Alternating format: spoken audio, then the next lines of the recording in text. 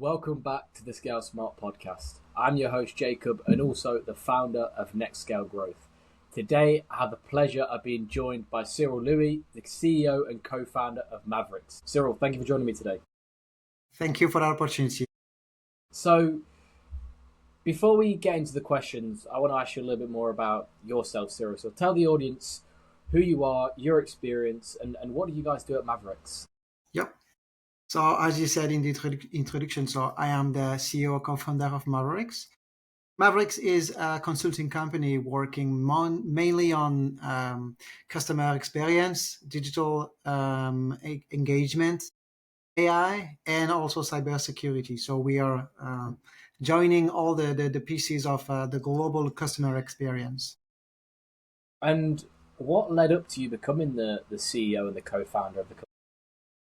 Yeah, it's a long story actually. I studied as a consultant myself, and I met a lot of different friends who jumped into the entrepreneurship, and they kind of encouraged me to start. But I was a bit, I would say, stressed to jump.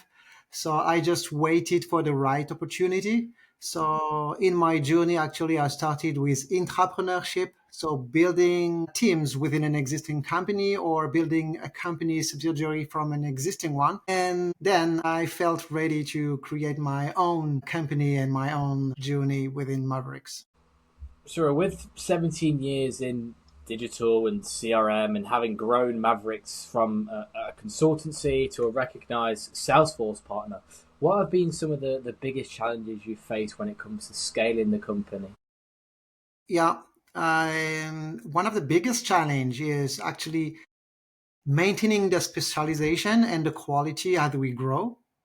Especially in the Salesforce ecosystem, there is a lot of competition. So when you are the latest in the room, so you need to have a niche and a differentiator on the market. So when you want to grow, would you continue maintaining that specialization and quality, or would you like to grow your services? So what this is one of the biggest challenges I'm facing actually scaling at Mavericx. And maybe another one could be the culture across remote teams and international partners. So the more you grow and also the bigger the company your customer will be, you will have to work across the globe with remote teams and international partners, as I said.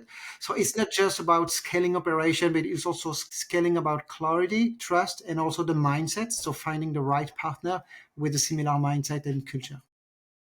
And I think you've made a brilliant point there because I think partnerships and relationships that they're built on trust. They're built on being able to actually trust what the other person is saying and scaling with them essentially. So I think that's a lot of people kind of neglect that within business and they just think, oh, I'm just going to work with this person because they can solve X, Y, and Z problem. But realistically, if you trust that person, they'll be able to solve a lot more problems than what you actually set out because new problems might occur and you won't have anyone to help you, but that one person who you trust might be able to help you solve that problem. So I think that's a really important point you've made there. And in the crowded CRM and MarTech space, especially as a dual Salesforce MVP, Lightning Champion, and consulting firm, what differentiators help Mavericx stand out in delivering customer-centric strategies? So one of the main differentiator on the market is, from what I see, and I hope also the market will be agree with me, is the fact that we can say no to the customer. So we just want to sell Mondays or projects just for the sake of selling days. Sometimes we say no to customer. It's very hard to say because we don't want the customer to go too far from the philosophy of the solution. We also want to guide them. Sometimes also to push them to rethink their processes instead of just doing what they are asking. So we want to be seen as a trusted partner, not just a doer. And this is quite unusual on the market because I see a lot of my competitors saying, if the customer is asking something, the customer is king. So we will implement what they're asking for. Actually, we said, if you have a budget in mind, sometimes what you are asking is not the best way to spend your budget to maximize your revenue or your return of investment. So let's think about another way.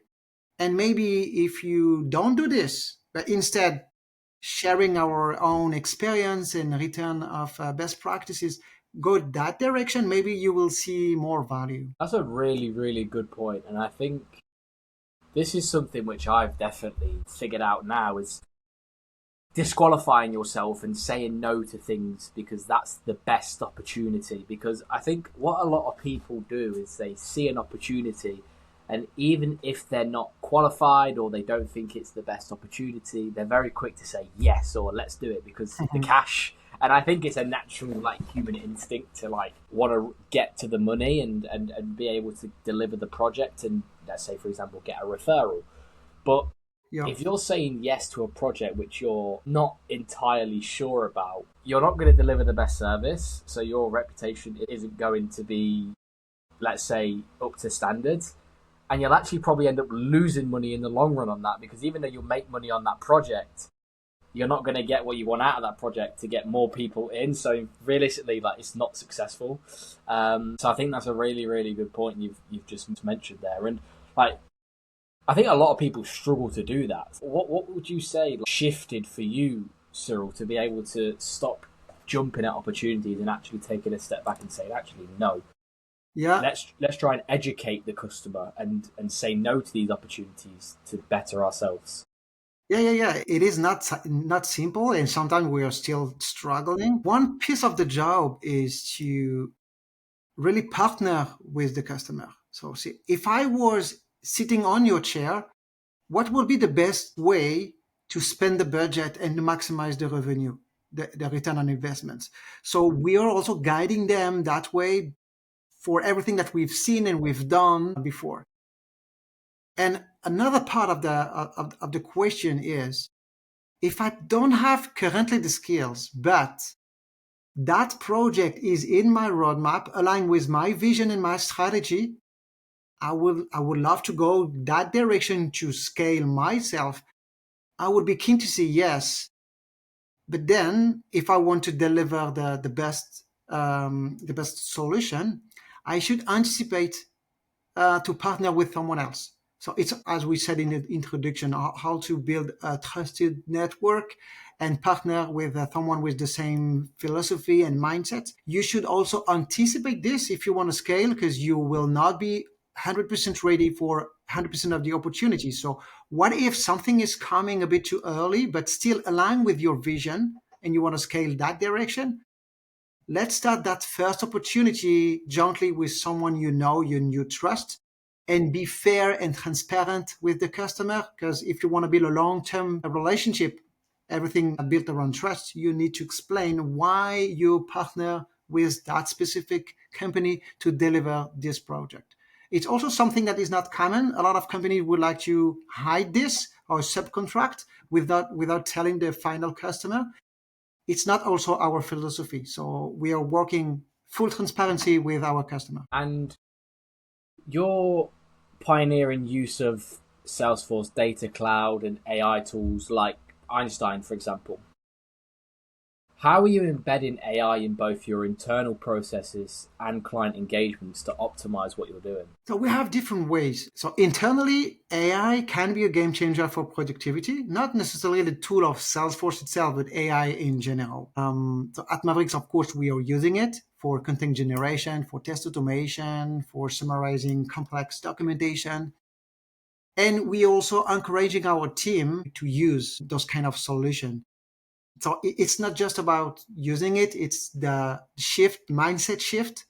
So we train and we encourage people to experiment using AI to gain productivity. And what we've seen is that giving AI solution to a junior developer is not necessarily the go-to, because it will be, I would say, much more doing copy and paste without understanding the deep of the code that the AI is delivering, but also not able to fine tune, optimize the way we want the code to be, following our own framework, our own guidance. On the other hand, for a senior developer, a lead developer, yes, it is a game changer of productivity, because this is something that is draft and the developer can understand how to fine tune to exactly do what he wants the system to do. So internally, we're using it. And then comes the solution that Salesforce is also providing for the end customer. So because we came on AI before Salesforce itself was selling this Agentforce or Data Cloud project, we were able to speak the business language to the customer, sharing business use cases from other technologies. So we could have been seen as neutral because we knew different solutions. So for the customer, it's something that it was more easy to start a conversation with us, for instance, because we were not just selling the solution, we were not selling Salesforce, but explaining the value of that type of technology. And if you're working with Salesforce, yes, there is go-to, there is accelerators by leveraging Data Cloud or Agentforce, for instance. And where do you see the future of the industry heading, Cyril, with AI coming into place, new companies always arising? A complex, complex question. We've seen a lot of the evolution of AI. So they started by understanding the data, looking on the past data to try to forecast a behavior. So predictive analysis. Then we came into the generative AI. So we use the data and our knowledge to create an answer, to create a content, to generate something. And now we are just much more on with autonomous agents. It's another milestone. So what about tomorrow? We are talking a lot about generative AI, agentic AI. So how far could we go by automating the business processes? We don't know. A lot of solution comes with low code, no code. So this will be accessible to every company, not just the big enterprise, but also startups, mid business.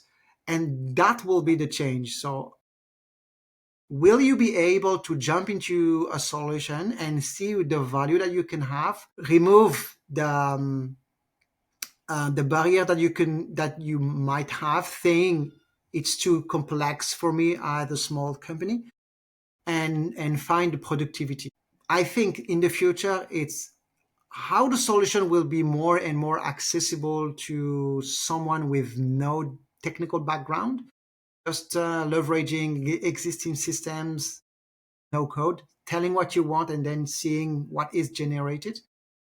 And as we've seen how fast the technology is going, for sure, within 6 months or a year, we will have this kind of out of the box agents ready to be used in basically in any use cases. And over the next 6 to 12 months, Cyril, what are some of the goals you've got for Mavericx in terms of expanding and growing the company? So we are currently focusing on data and AI, especially for increasing the customer experience and the personalization of the relationship. Could it be selling products or increasing the customer service productivity and quality? So we want to continue that way. We are seen in our market as true professional on that part when we talk about Salesforce product, Data Cloud, and Agentforce. And we are not discussing with a bigger implementation. So we need to scale internationally. So what we've done, we had partnerships and some of the partnerships became joint ventures. And so now we have the opportunity to leverage resources in different places around the globe, not just in the, I would say, my core markets. And this is a way to scale. I think it's being seen not just on a local partner, but a partner that can be like that can also support you globally across different countries. If people wanted to reach out to you, Cyril, and find out more about yourself or Mavericx, where's the best place for them to do that? So easy. If you want to meet me in real life, it will be around Salesforce events. So I am organizing a lot of Salesforce events here in Switzerland, but I'm also participating in many Salesforce events and conferences as a speaker internationally. But I would say the go-to will be to ping me on LinkedIn. So I am sharing a lot of knowledge and I am truly accessible. So I will answer anyone. Amazing. Well, thank you so much, Cyril, for joining me today on the podcast. It's been a pleasure having you on. Thank you very much. Amazing. Thank you. Thank you.